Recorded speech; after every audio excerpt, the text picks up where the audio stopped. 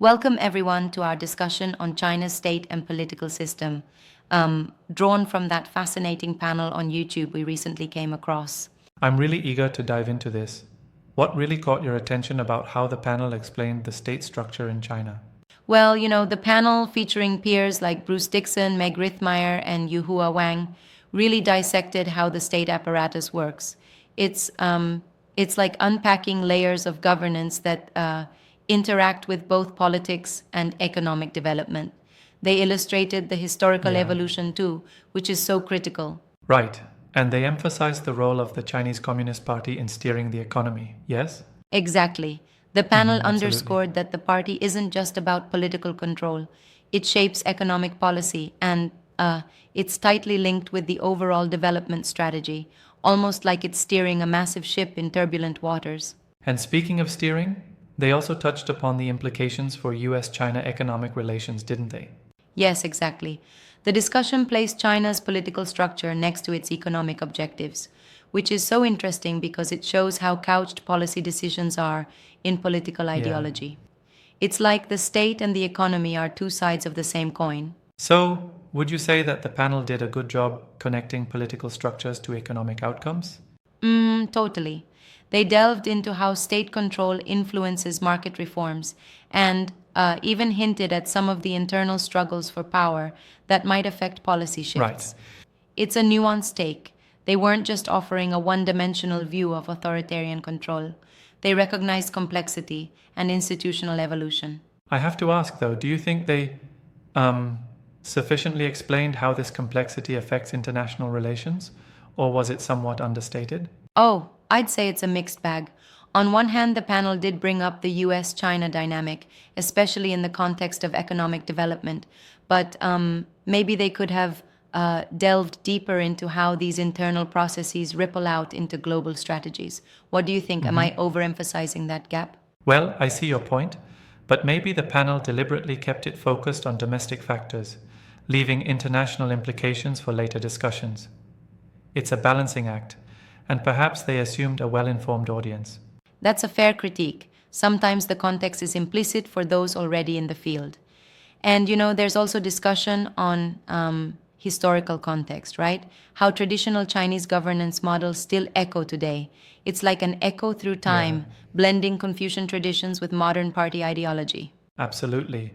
And it was interesting how they underscored the continuity between historical autocracy and, like, modern centralized control. It almost feels uncanny how old traditions inform new policies. Right, the panel Exactly. highlighted that legacy, indicating that many policies in China are the result of negotiated, long standing political structures. It's like they're building on centuries of governance practices. And what's really intriguing is how the panel tied this into economic development, showing that a strong state can sometimes drive rapid or very controlled economic change, don't you think? Yes, definitely. I mean, it's like a double-edged sword, right? On the one hand, that tight state control brings order and can spur organized economic reforms. On the other, it often suppresses diverse political participation and limits reformative flexibility. They really showed both the strengths Yeah. and potential pitfalls. It reminds me of the classic debate about efficiency versus freedom in governance. Did the panel address any examples on this point? They alluded to that by pointing to state interventions that often drive rapid economic growth, while at the same time imposing rigid controls over civil society. Kind of like how a strict coach might push an athlete to break records but at the cost of Right. personal freedom. It's a delicate balance they're trying to manage. That's an interesting analogy. And on the topic of balance, I was fascinated by how the panel mentioned the interplay between state and market forces. It's not just a dichotomy, but more of a dance. Yes, it's a dance. Um, a very choreographed dance, really. The state directs, the market reacts, and over time, you see this dynamic tension that shapes policy choices. Sometimes the state acts like a producer, and sometimes like a regulator. But do you think that overemphasis on control sometimes overshadows the creativity or resilience of local economic actors within the system? That's an excellent question. I mean, there's definitely a critique to be made.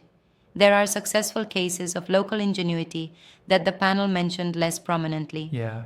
The state's role in creating an environment can encourage entrepreneurship, even if within a tightly controlled framework. However, some might argue that too much control stifles innovation. Right, it's a real double edged sword. And talking about innovation, the panel's timing seems interesting. It was part of a broader annual conference on China's economic development and US China relations, indicating that even as these internal dynamics evolve, the international stakes are high. Exactly. The panel wasn't isolated. It came from the 15th Annual Conference on China's Economic Development and US China Economic Relations. You know, that contextualizes the discussion. As economic relations deepen or strain, the internal political system inevitably plays a role. It's all interconnected. Absolutely. And it's intriguing to see that the conference was co-sponsored by institutions like the Seago Center for Asian Studies and the GW Center for International Business Education and Research. That suggests a blend of academic insight with policy relevance, wouldn't you say? Yes, indeed. The interdisciplinary approach is clear: policy, history, economics, and political science, all coming together. It shows that understanding China requires a really holistic view. It's not just about politics in a vacuum. Now, I wonder how much further research will delve into these connections, especially as current geopolitical pressures intensify. That's a great point. The panel, while rich in detail, naturally leaves room for ongoing debate and further investigation. It's almost like opening a book where every chapter invites another question. And that's Yeah. what makes this field so dynamic. There's always more to explore. Indeed. And while we appreciate the panel's comprehensive take, I think it's also important to consider alternative views. Sometimes critics argue that such panels might downplay dissenting voices within China or overstate state control. What's your take on that? I do agree to a degree. The panel, due to time constraints, may have naturally focused on the official narratives, leaving less room for the undercurrents of dissent. It's a respectful nuance, though. It acknowledges that the Chinese political system is complex, and too often its internal critiques remain underrepresented in such discussions. True, and that brings us to the broader challenge of interpreting state power in a country with such a long historical continuum. How do you balance the institutional strengths with the potential for repression? It's definitely challenging. Imagine a recipe where you need just the right mix of control and freedom. Too much of either can upset the balance. The panel argued that while strong state control has driven rapid economic development, it could also stifle emerging voices and innovation. That tension is central to Absolutely. understanding modern China's trajectory. So, if we sum it up, the panel delivered key insights into how China's state and political system interact with economic goals, and how this, in turn, shapes not just domestic policy, but also international relations, right? Exactly. Yep. It's a layered conversation where historical context, contemporary policy, and future implications all intersect.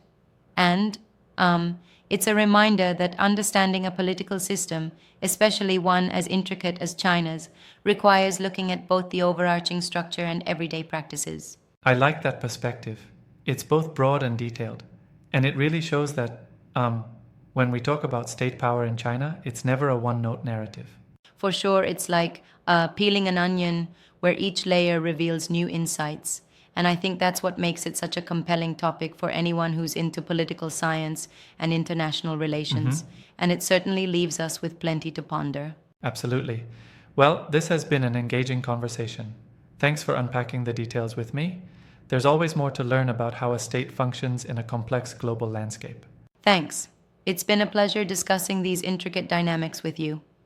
Until next time, keep questioning and exploring, because the more we understand, the better we can navigate the world.